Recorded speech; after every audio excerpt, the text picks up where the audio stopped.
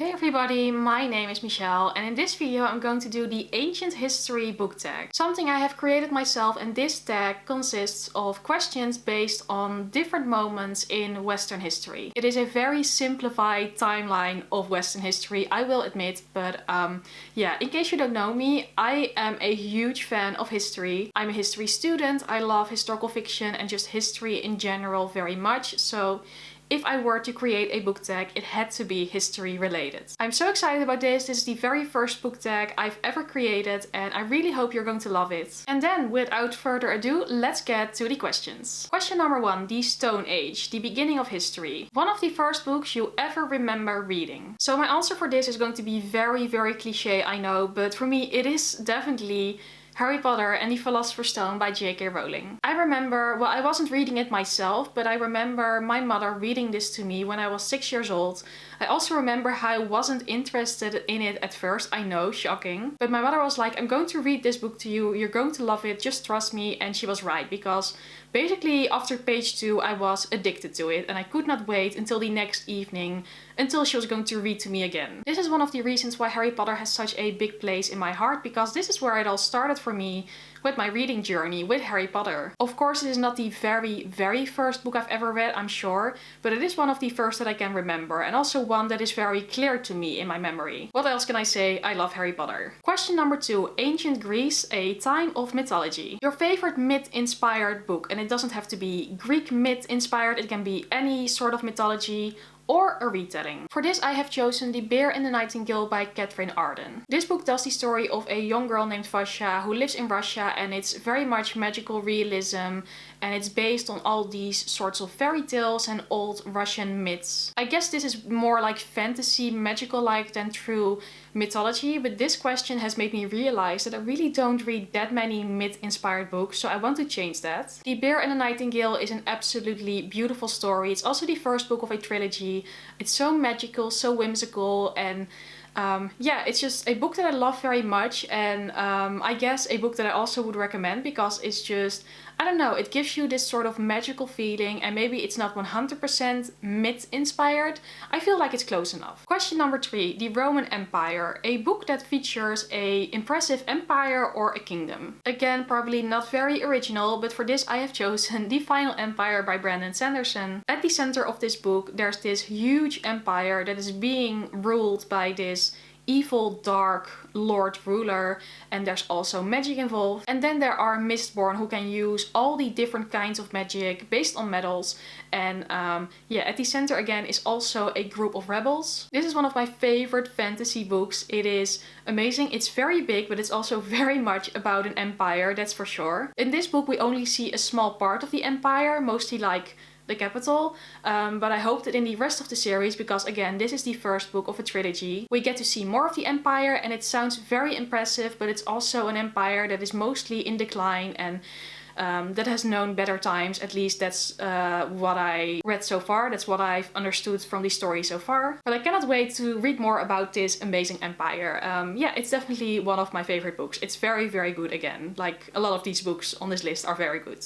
Question number 4, the Middle Ages, also known as the Dark Ages. A book that is an absolute bummer. So this can be a bummer either positive or negative, because a book can be depressing but still good, but it can also be a very bad book.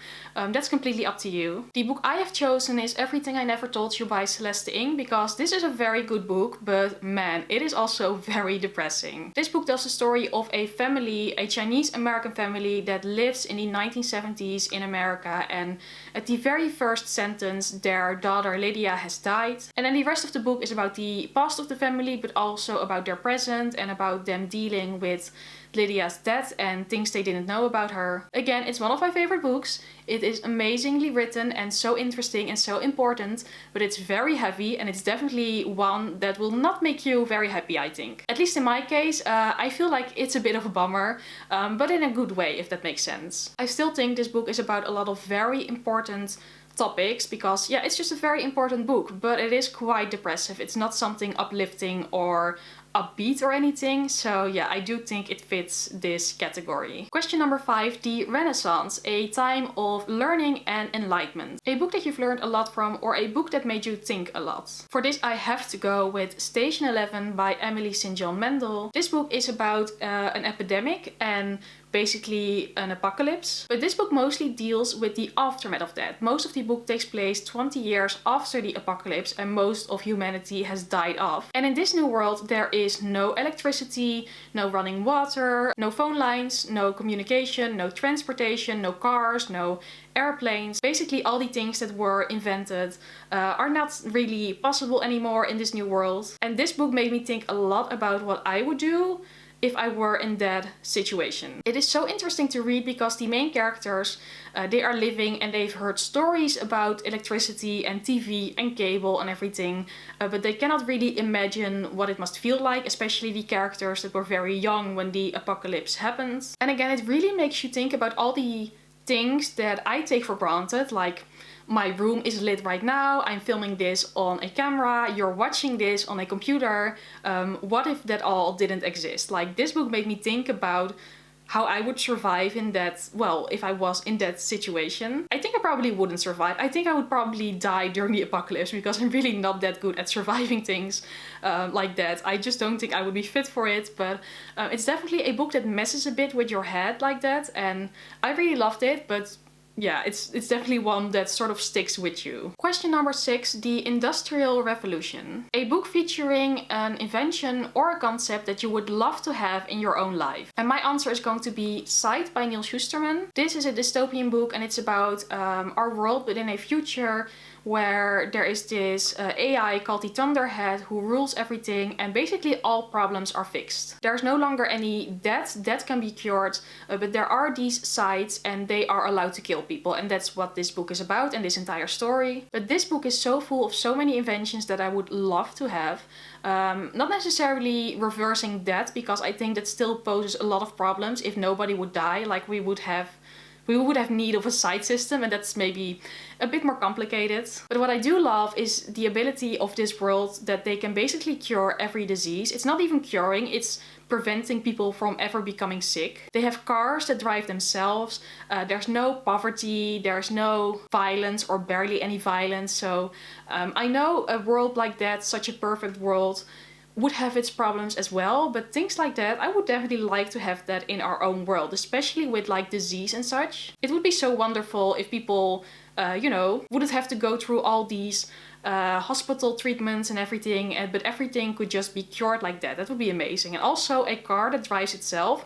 Would definitely like that. Question number 7, World War I and II. Your favorite historical fiction book featuring either of the world wars, or if you don't have one of those, just your favorite historical fiction book in general. For me, that is most definitely The Nightingale by Kristen Hanna. This book is about two sisters during World War II in France. The younger one, called Isabelle, is very adventurous and wants to take part of the resistance. And then the older one, named Vienne, has a daughter of her own, so she has to be more careful, but she also has her own way of surviving. This book is amazing. Like, if you know me, you know how much I love it. It's so beautiful, it's heartbreaking, it's tragic, it's intense, it's well written. The characters are very different, but they are both amazing, and it's so amazing to read this and to read their stories, and it's definitely my favorite book about World War II. But I also have to give an honorable mention to The Alice Network by Kate Quinn, which is both about World War I and II. In World War I, it's about a spy called Eve, and then in another timeline after